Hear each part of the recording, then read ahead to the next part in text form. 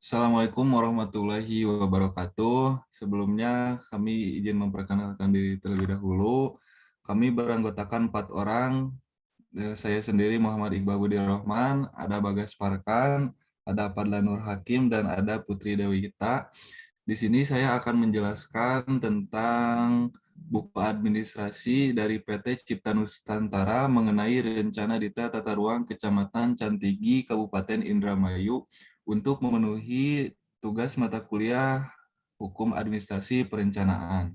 Nah, PT Cipta Nusantara ini didirikan di Cianjur pada tanggal 23 April tahun 2022.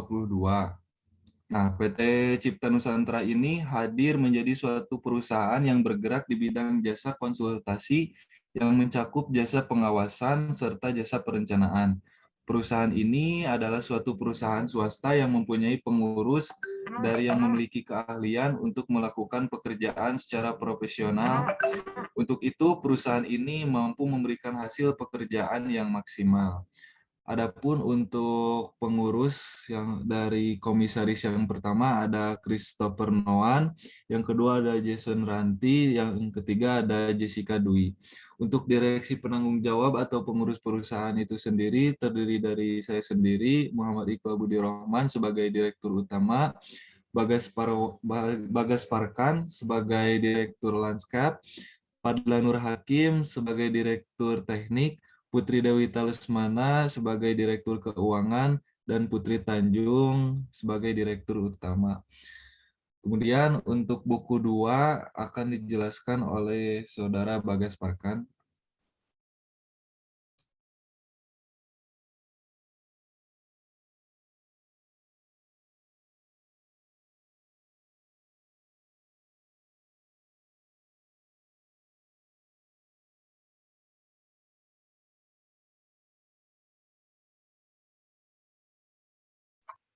Ya, dilanjut untuk buku kedua yaitu buku usulan teknis. Di sini ada bab 1 pendahuluannya itu kami melatar belakangi buku usulan teknis ini yaitu untuk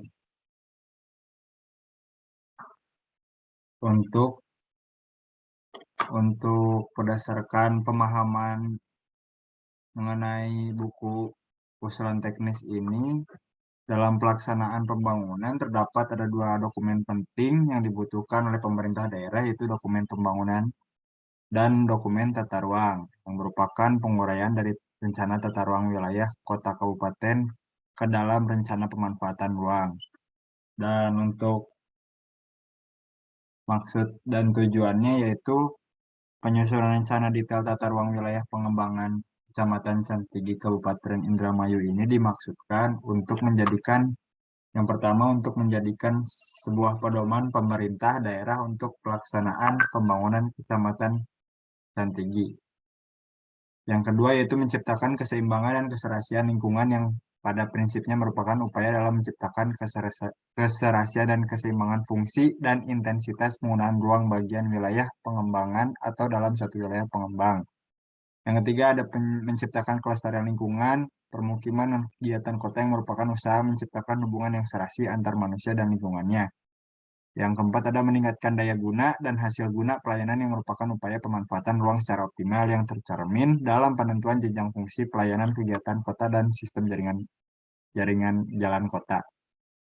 Yang kelima ada membantu daerah dalam memecahkan berbagai persoalan tata ruang dan pengembangan wilayah. Yang keenam yaitu ada memberdayakan daerah melalui pelibatan aparat penata ruang setempat secara aktif. Untuk penyusunan tujuan dari penyusunan RDTR itu untuk meningkatkan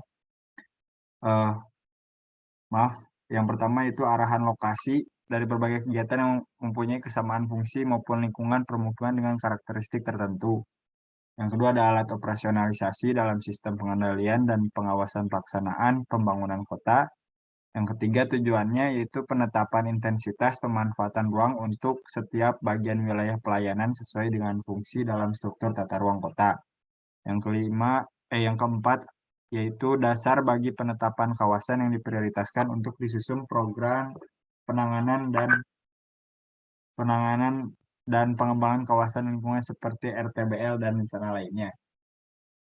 Baik, selanjutnya saya akan menerangkan mengenai pengalaman dari bentar.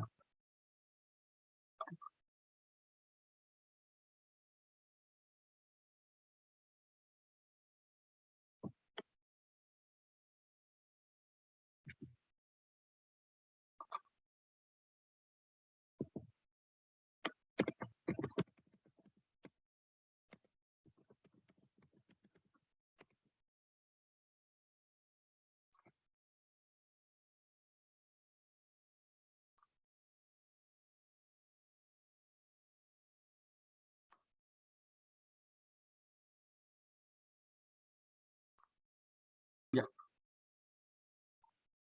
selanjutnya saya akan menjelaskan tentang tanggapan terhadap KAK. Tanggapan terhadap KAK sendiri dari uraian kerangka acuan diurutkan secara jelas bahwasannya pendekatan dalam penyusunan rencana tersebut lebih dititik beratkan untuk mengantisipasi kecenderungan perkembangan wilayah saat ini yang perlu penanganan cepat untuk menjawab peluang pengembangan potensi yang ada pada Kecamatan Cantigi. Dalam kaitan dengan kegiatan ini, tim konsultan dilengkapi oleh seorang tim leader dengan pengalaman yang sangat memadai dan teruji dalam kegiatan penyusunan RDTR dengan karakteristik permasalahan yang kompleks dan memiliki kapasitas dan pengalaman memadai dalam hal wawasan perkotaan. Dengan kapasitas dan kapabilitas keahlian tersebut akan mendukung efektivitas kinerja tim konsultan sehingga esensi penting KAK pada produk yang dihasilkan akan tercapai. Selanjutnya akan dilanjutkan oleh Putri Dewita. Baik, selanjutnya saya akan menjelaskan tentang keperluan tenaga ahli untuk PT Cipta Nusantara. PT Cipta Nusantara itu tersendiri sangat membutuhkan tenaga ahli, khususnya dalam bidang keplanologian. Untuk penyusunan dokumen RDTR kawasan strategis pariwisata Kecamatan Cetigi, Kabupaten Indramayu ini. Ada 14 tenaga ahli yang dibutuhkan antara lain yaitu perencanaan wilayah kota khususnya ahli ekonomi wilayah, ahli pariwisata, ahli arsitektur, ahli transportasi, ahli geologi tata lingkungan, ahli hukum, ahli geografi, ahli administrasi, operator komputer, surveyor, dan drafter GIS. Baik, selanjutnya saya akan menjelaskan tentang pengalaman PT Cipta Nusantara itu sendiri.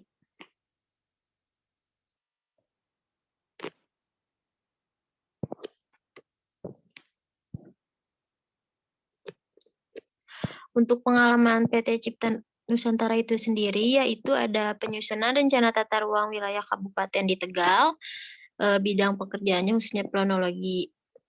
Kedua, ada penyusunan rencana detail tata ruang RDTR Kecamatan Sumedang Selatan, bidang pekerjaannya yaitu planologi.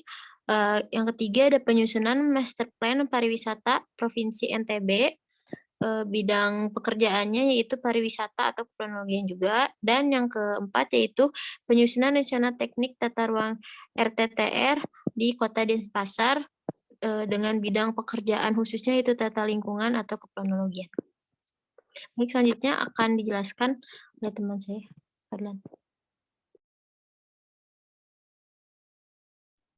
Ini akan membahas buku usulan biaya.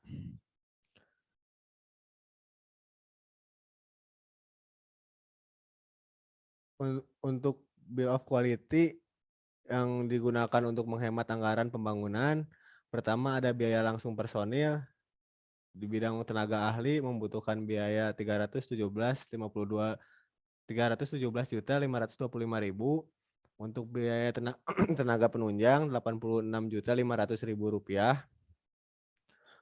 Untuk biaya non personilnya ada biaya perjalanan dinas yang membutuhkan 15 juta rupiah.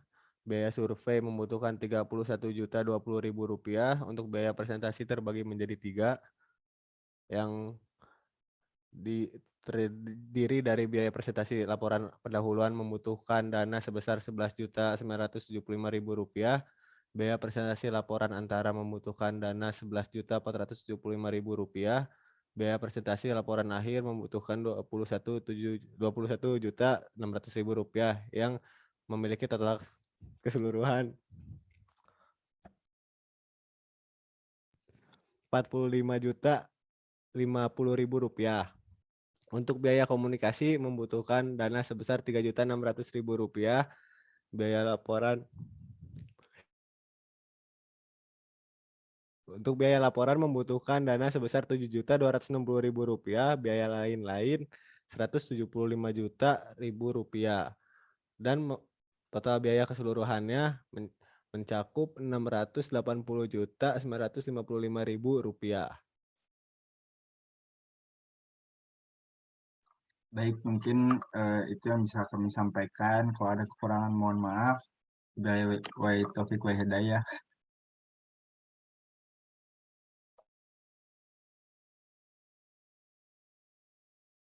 Assalamualaikum warahmatullahi wabarakatuh. Terima kasih.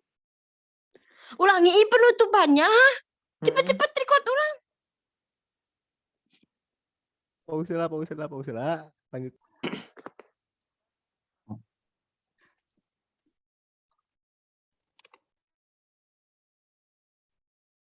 Bagas manena ulah nunduk-nunduk atuh. Ih. Wih, si Bagas tuh. Baik, mungkin cukup sekian presentasi dari kelompok PT Cipta Nusantara. Mohon maaf apabila ada kesalahan. Wabillahi taufiq wal hidayah. Wassalamualaikum warahmatullahi wabarakatuh. Waalaikumsalam warahmatullahi wabarakatuh.